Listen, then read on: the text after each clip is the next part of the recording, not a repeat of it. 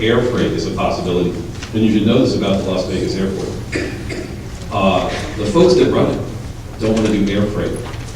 So Las Vegas is undersupplied with air freight relative to what it should be.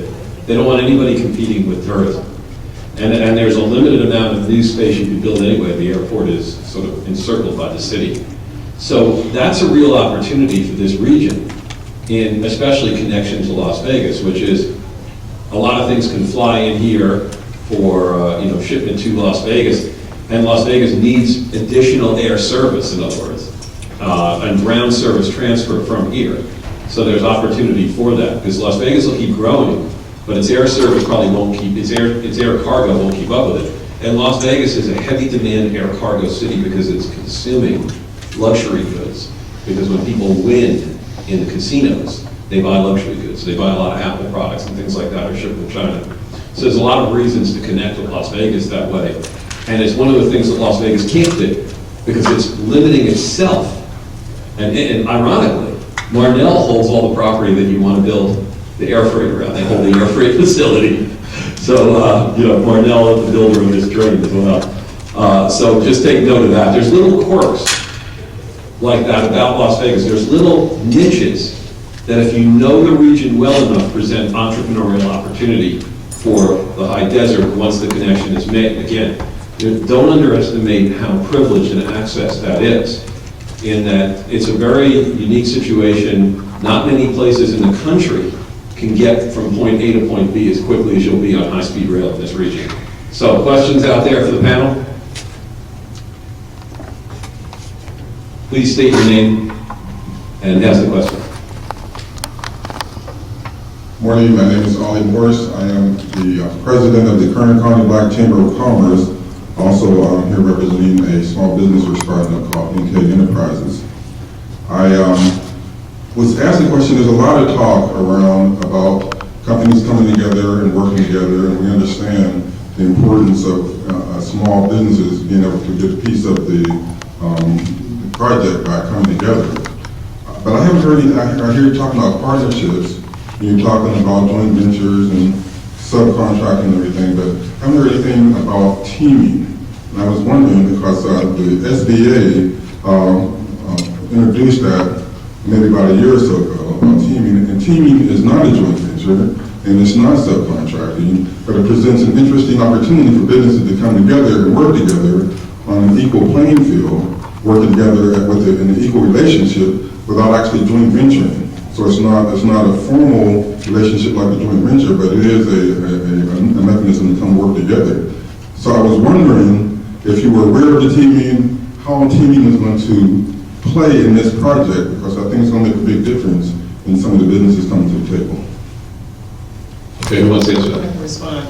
First of all, you're preempting my panel that's coming up this afternoon. That's the first thing. So you're not going to get much information now so that you can be here for later on. And there are many ways of engagement. And teaming is a concept that we will talk about a little bit later, which is a more accessible approach for smaller contractors to engage with larger contractors and engage with each other to get involved. It is still a contractual agreement, but it is different from a joint venture in terms of the risk that you're taking. A joint venture has a different level of risk than a partnership or a sub-consulting agreement or a teaming agreement, which are some of all, or a mentor-protege agreement, which are some of all the different concepts that you can use to engage and get involved in larger projects. But teaming is one that is actively used on the East Coast of the United States of America, and particularly with some of the larger projects that allow you to pull together your expertise and your resources and engage with a larger contractor on a project that allows you to minimize your risk exposure in terms of bonding, in terms of, now you gotta keep in mind that depending on the relationship, that will drive what your upside may be as well, whether you get to participate in the fee or whether you get to participate only as, as a part of the work the direct work component of that, where you have some level of margin.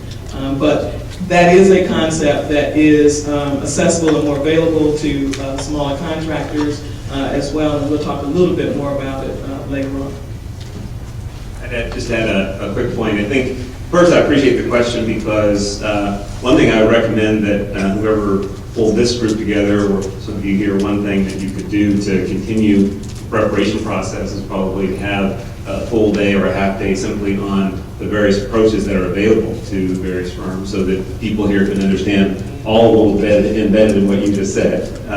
But also, even in a teaming arrangement, for example, is probably helpful for one to have a good sense as to how to pick your teaming partners. You know, who are you going to identify as good targets to team up with? Because I can tell you also, when I participate in that, sometimes you find that you spend a year cultivating a relationship with somebody, intending to team with them to develop an opportunity, and they shift strategies and decide to go on and do something else. Then you got to go and look for another partner, or to understand what it would take to make your company an attractive teaming partner for another organization. So I think that's a very helpful kind of conversation to understand, because there are trade-offs in the different approaches, whether it's joint venturing, teaming, or the like. And you will see a lot of that in this kind of environment. But it's also the type of project that's going to, with a project like this, it's going to go on for many years and have potentially many types of opportunities. Your goal might be, or your strategy might be, to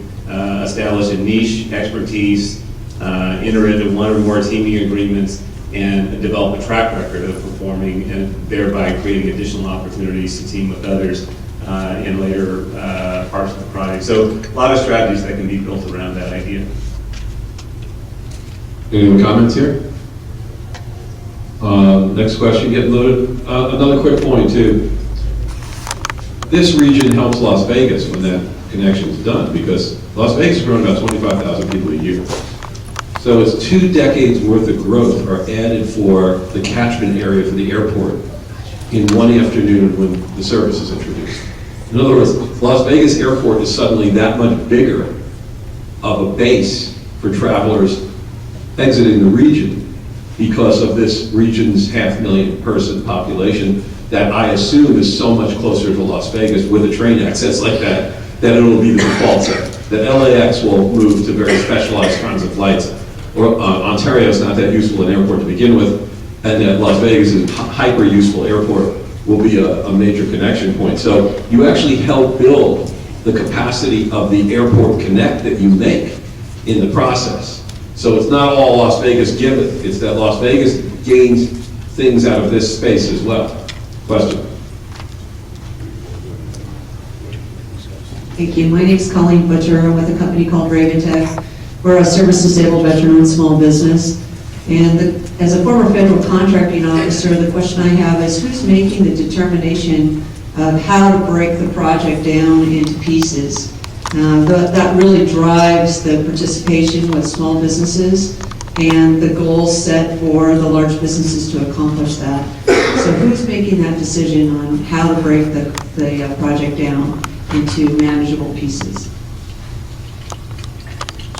The others may have a view. My guess is that it's, I'll let them express whether they think it's well timed. I would note that this is a privately financed project, right? So this is another important thing I think for everybody to acknowledge, is that many of you may have spent some years getting familiar with the state or the federal regulations that apply. And in this project, is my understanding, the sponsors, that they have an initiative, a program that they're building, but there may be some question about whether they will follow the same process that you might be familiar with if it were a state or federal funded project. So there may be some learning curve there for all of us on that.